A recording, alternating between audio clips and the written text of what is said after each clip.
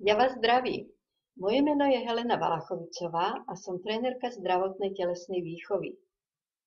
Čo vám predstavím dnes, je to cvik, ktorému hovoríme korytnačka. Korytnačka, poznáme korytnačky, či veľké alebo malé, dožívajú sa vysokého veku. A my teraz budeme robiť pohyb hlavou, ako oni robievajú. Čiže v popise je všetko. Ukážeme si tu pohyb ako taký. Východzou polohou je stoj, rozkročný na šírku pliec. Rovnomerne rozložíme hmotnosť na celé chodidlá. Upravíme si ruky, čiže teraz si dáme palce dovnútra, prikryjeme prstami a horné končatiny necháme voľne visieť. Vyrovná sa nám celé telo. Pohyb je jednoduchý, nedávame do ňoho silu a nedávame do ňoho rozsah, čiže len toľko, koľko hlava môže do znesiteľných rozsahov.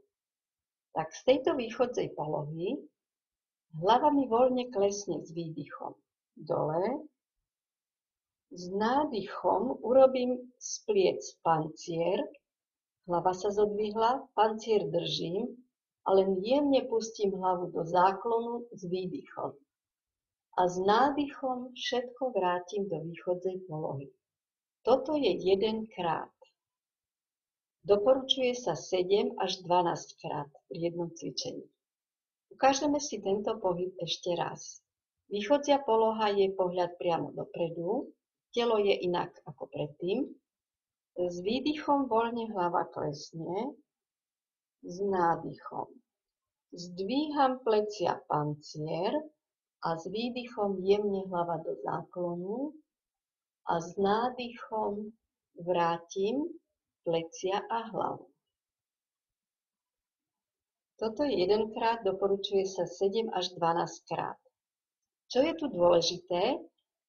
Poloha, ako sa doporučuje počet týchto pohybov a sústrediť sa na to, čo robíme. Keď sa všetky tieto 3 veci spoja, je z toho liečebná metóda.